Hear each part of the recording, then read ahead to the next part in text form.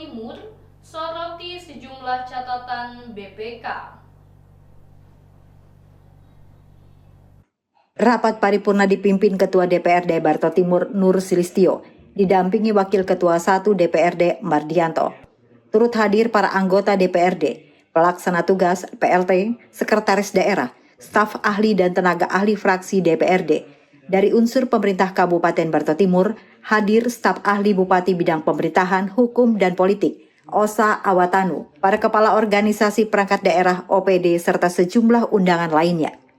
Dalam kesempatan tersebut, juru bicara DPRD, Rayanto, menyampaikan laporan hasil rapat kerja gabungan komisi yang telah dilaksanakan bersama pemerintah Kabupaten Barto Timur. Rayanto menjelaskan bahwa Raperda Pertanggungjawaban APBD tahun anggaran 2025 sebelumnya telah diaudit oleh Badan Pemeriksa Keuangan BPK-RI, Perwakilan Provinsi Kalimantan Tengah, dan kembali memperoleh opini wajar tanpa pengecualian (WTP). Laporan Keuangan Pemerintah Daerah Kabupaten Barto Timur tahun anggaran 2025 memperoleh opini wajar tanpa pengecualian atau WTP. Dan DPRD Kabupaten Barto Timur secara kelembagaan mengucapkan selamat serta memberikan apresiasi yang setinggi-tingginya atas keberhasilan pemerintah daerah Kabupaten Barto Timur dalam mempertahankan opini wajar tanpa pengecualian selama 10 tahun berturut-turut.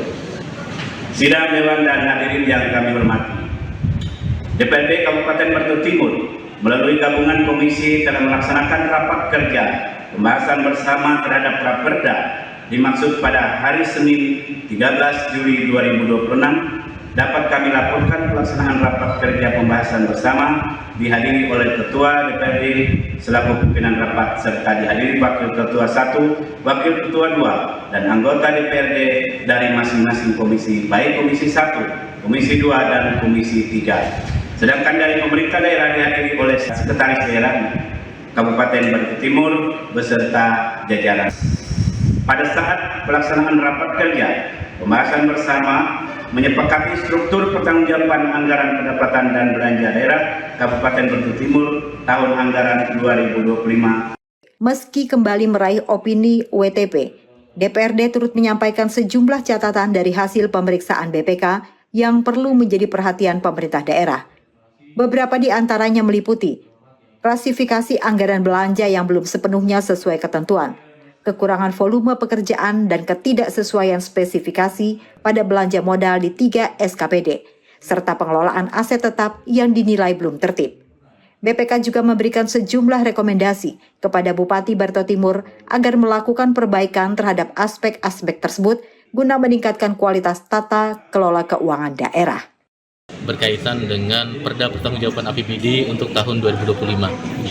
Jadi beberapa waktu yang lalu melalui tahapan Bupati menyampaikan, kemudian fraksi melakukan pandangan umum, setelah itu kita laksanakan rapat kerja kemarin ya.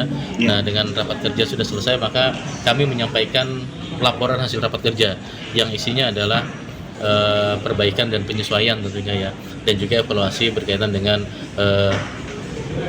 belanja kita, ya pertanggungjawaban APBD kita di 2025 yang sudah diaudit oleh BPK.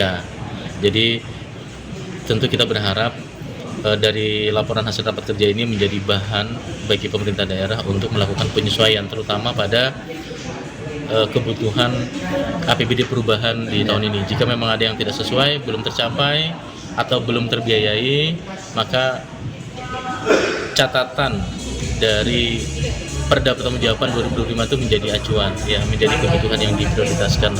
Catatan rekomendasi yang isinya ada temuan, ada pembenahan, ada perbaikan, baik aset, kemudian pelayanan publik dan sebagainya. DPRD kemarin sudah ekspos LHPBPK, karena itu adalah pemeriksaan yang akurat ya oleh lembaga yang berwenang.